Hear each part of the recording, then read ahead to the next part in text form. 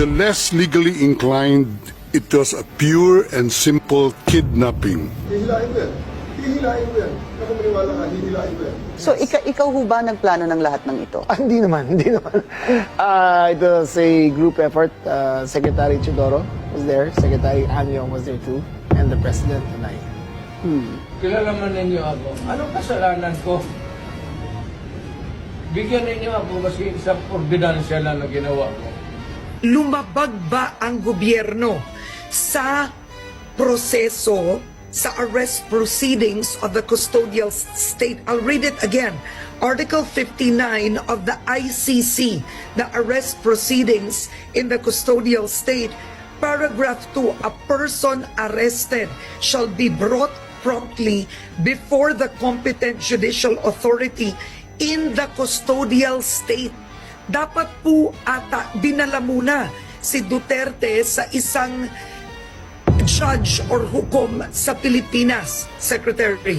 I am not a lawyer. I cannot interpret the law, nor am I a competent authority.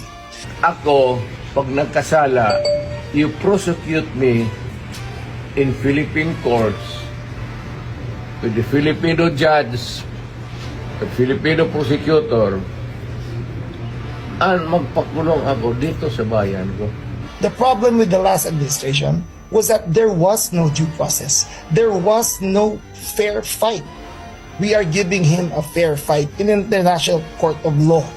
Isn't this an admission somehow that we don't trust our own judicial system to function or give a fair verdict? The wheels turned slowly here in the Philippines, and they were gathering evidence, and they were about to file a case. There was no case on court. We were investigating. Sir, you have the right to remain silent. You have the right for counsel of your choice. Ikaw, Yes, sir. hindi mo Upon my orders. hindi mo pinapasok. Yes, sir. Upon my orders, sir. You have the right for counsel of your choice.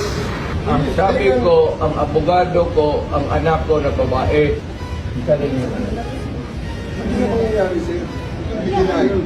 You have the right for counsel of your choice. Take us back.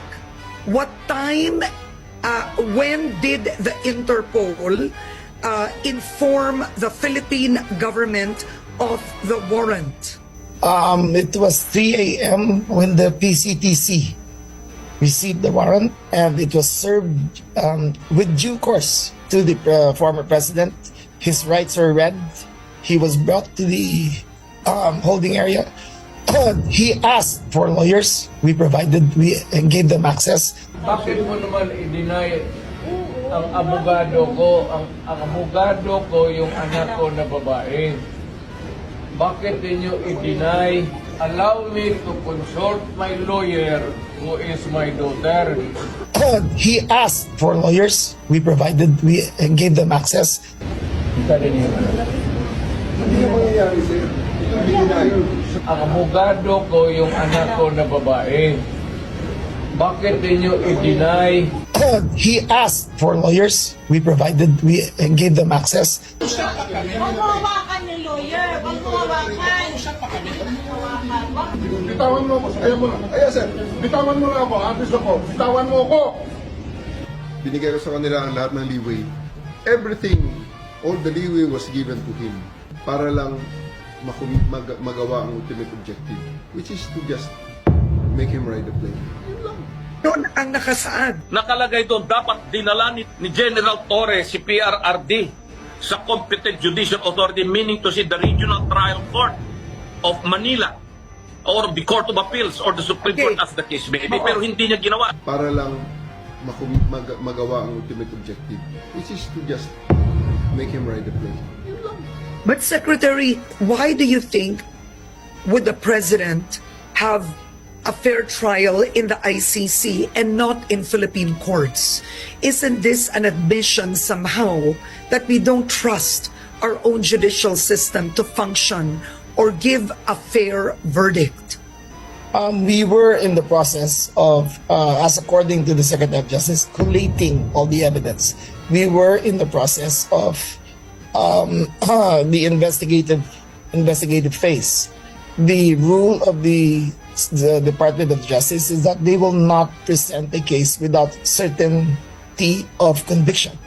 So the wheels turn slowly here in the Philippines, and they were gathering evidence, and they were about to file a case.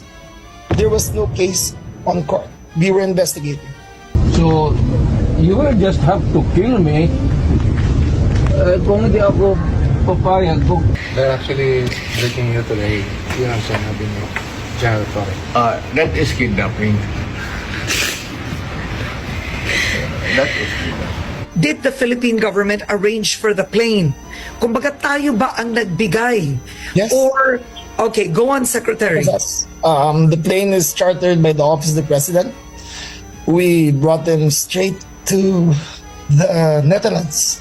At 11:03 wheels up, we surrendered him to the International Tribunal. 2 days ago, the whole world has witnessed the degrading fashion in which a former president of a sovereign country was bundled into a private aircraft and summarily transported to The Hague. To us lawyers, this would be called an extrajudicial rendition. To the less legally inclined, it was a pure and simple kidnapping. We are very much disappointed that the court did not address the issue of kidnapping as a means to divest the court of jurisdiction. We think that the ICC should again set an example in promoting international justice, and when kidnapping is allowed as a means of acquiring jurisdiction over the jurisdiction of the accused, we think this too is a travesty of justice.